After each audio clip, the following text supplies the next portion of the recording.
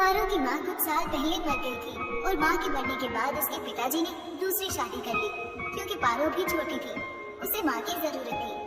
मगर उसकी सौतेली माँ दुर्गा उसके साथ बहुत बुरा सलूक करने लगी।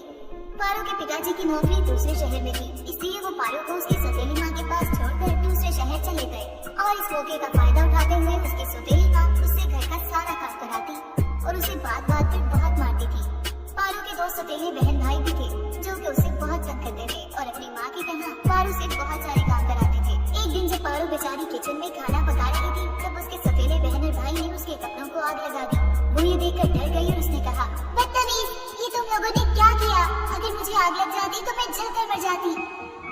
ये कहकर वो आग बुझाने लगी। उसी वक्त किचन में पारो की सौतेली माँ दुर्गा आ गई और उसे देखकर पारो की छोटी बहन श्रेया रोते हुए कहने लगी, माँ, हमने तो इससे कुछ भी नहीं कहा, इसे खुद ही खाना पकाते हुए आग लग गई और इसने आप पर इल्जाम लगा दिया कि हम दोनों ने इसके कपड़ों को आग लगाई है। अपनी सगी बेटी को रोता देखकर पारो की माँ को गुस्सा आ गया और उसने पारो से कहा, क्यों रे महारानी, तुझे किसने ये हक दिया कि तू मेरे बच्चों को डांटे? तू इस घर की नौकरानी है, तेरी ऐसी जुर्रत कैसे हुई कि तूने मेरे बच्चों से ऊंची आवाज में बात की? ये मेरे बच्चे हैं, अगर ये तुझे मार भी देते तो किसी में इतनी जुर्रत नहीं थी कि कोई इन्हें हाथ भी लगाता। और मैं तुम्हें बता रही हूँ कि तूने अगर मेरे बच्चों को आइंदा कुछ कहा तो मैं तुझे इस घर से निकाल दूंगी। ये घर मेरा है और यहाँ मेरा राज चलता है। ये कहकर वो अपने बच्चों को अपने साथ लेकर चली गई और पारो बेचारी रोने लगी। रात के वक्त जब वो अपने कमरे में आई तो वो अपनी माँ की तस्वीर को देखकर रोने लगी।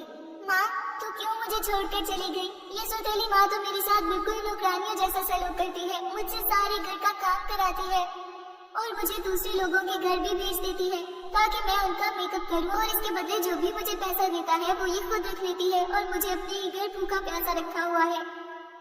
ये कहकर पारो रोने लगी और रोते रोते उसे नींद आ गई।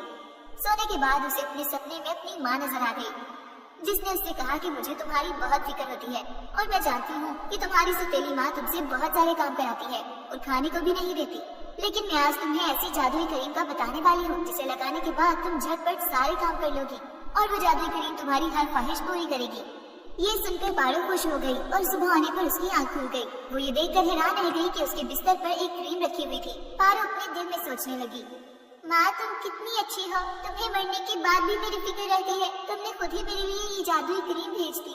ये कहकर उसने वो जादुई क्रीम अपने हाथों पर लगा दी और वो किचन में आ गई। इस जादुई क्रीम का कमाल था कि जो काम पहले घंटों में होता था वो अब मिनटों में होने लगा।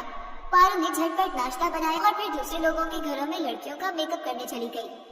पारो अपने हाथों पर जादुई क्रीम लगाकर गई थी, तभी तो इसने कई लड़कियों का मेकअप कराया और फिर ठीक समय पर घर आकर खाना बनाया, कपड़े धोए और घर को भी साफ कर लिया। फिर रोज ऐसा होने लगा। जादुई क्रीम ने इसके सारे काम आसान कर दिए थे। वो क्रीम लगाकर जिस काम को भी हाथ लगाती वो मिनटों में हो जाता और अब पारो को आराम करने का भी वक्त मिल जाता। अब अगर इसकी सौतेली माँ इसके लिए खाना ना बचाती तो वो जादुई क्रीम से कहकर अपने लिए कुछ भी मंगवा लेती थी। अब तो पारो की सेहत भी अच्छी होती जा रही थी और वो हर वक्त रोने की बजाय हंसती रहती थी क्योंकि इस जादुई क्रीम में ऐसा असर था कि उसकी सौतेली माँ उसे मारती भी तो उस पर मार का असर न होता और वो खुश रहती थी। मगर उसकी बहन भाइयों से पारो की ये खुशी बर्दाश्त नहीं हुई और वो एक दूसरे को कहने लगे, हमें तो बड़ा मजा आता था जब पारो को माँ डांटती थी और हर वक्त रोती रहती थी, लेकिन अब तो पारो पर माँ की किसी बात का असर नहीं होता और वो हर वक्त हंसती रहती है। तभी पारो के सौतेले बहन भाई सोचने लगे कि ऐसा कुछ किया जाए जिससे इसकी बहुत बेइज्जती हो और ये रोने पर मजबूर हो जाए। ये सोचते ही इन दोनों को एक ख्याल आता है। पारो की माँ कुछ दिन पहले बाजार से अपने लिए नया सूट लेकर आई थी क्योंकि उसने एक बहुत बड़ी पार्टी में जाना था। पारो के सौतेले बहन भाई ने उसके खिलाफ प्लान सोचा कि अपनी माँ का नया सूट जला देते हैं ताकि इसका इल्जाम पारो पर आए और उसकी सौतेली माँ उसे घर से निकाल दे। ये सोचकर दोनों अपनी माँ के कमरे में गए और उन्होंने माँ का नया सूट उठाया और फिर से आग लगा दी। ये काम करने के बाद पारो की सौतेली बहन उसके पास किचन में गई और उससे कहा, माँ ने कहा है इसने आज शाम को एक पार्टी में जाना है, इसलिए तुम माँ का नया सूट इस्त्री कर दो। पारो उस वक्त बर्तन धो रही थी। उसने जल्दी से बर्तन धोए और फिर अपनी सौतेली माँ के कमरे में आ गई। पारो जब कमरे में आई तो ये देखकर वो हैरान रह गई क्योंकि इसकी सौतेली माँ के नए सूट को किसी ने जला दिया था। ये देखकर वो परेशान हो गई और रोने लगी। ये क्या हो गया?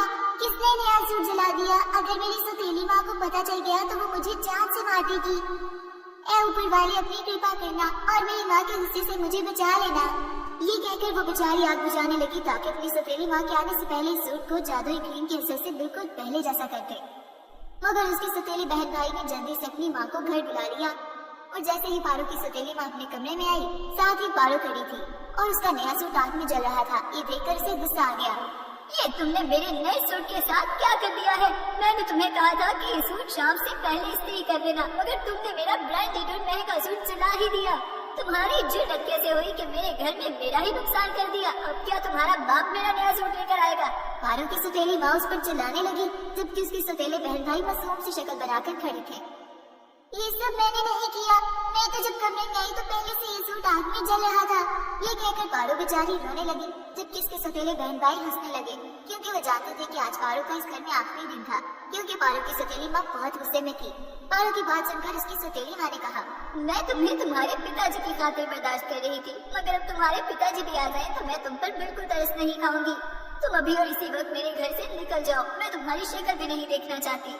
अपनी सौतेली माँ की ये बात सुनकर पारो बेचारी रोने लगी, क्योंकि उसके पिताजी तो शहर से बाहर थे। अब वो घर छोड़कर कहाँ जाती? पारो कहीं नहीं जाएगी, क्योंकि ये घर तुम्हारा नहीं बल्कि पारो का है। ये आवाज सुनकर पारो की सौतेली माँ ने पीछे मुड़कर देखा तो वहाँ पारो के पिताजी खड़े थे, जो कि इन सब की बातें सुन चुके थे। ये देखकर पारो की सौतेली माँ और बहन भाई बहुत परेशान हो गए थे, क्योंकि वो तो पारो के पिताजी को कॉल पर बताते थे कि वो पारो का बहुत ख्याल रखते थे और उसे बहुत प्यार करते थे। मगर आज तो वो खुद ही चलकर घर आ गए और उन्होंने सब कुछ अपनी आंखों से देख लिया कि कैसे इनकी दूसरी बीवी और बच्चे पारो के साथ जुल्म कर रहे थे। पारो उस वक्त रो रही थी और कह रही थी, मुझे घर से मत निकाले। पारो के पिताजी ने कहा, तुम इस घर में ही रहोगी, मगर इन तीनों को इस घर से जाना होगा। ये सुनकर पारो की सौतेली माँ और बहन भाई ने अपने पिताजी से माफी मांग ली, मगर पारो के पिताजी ने उन्हें माफ नहीं किया और इन तीनों को घर से निकाल दिया।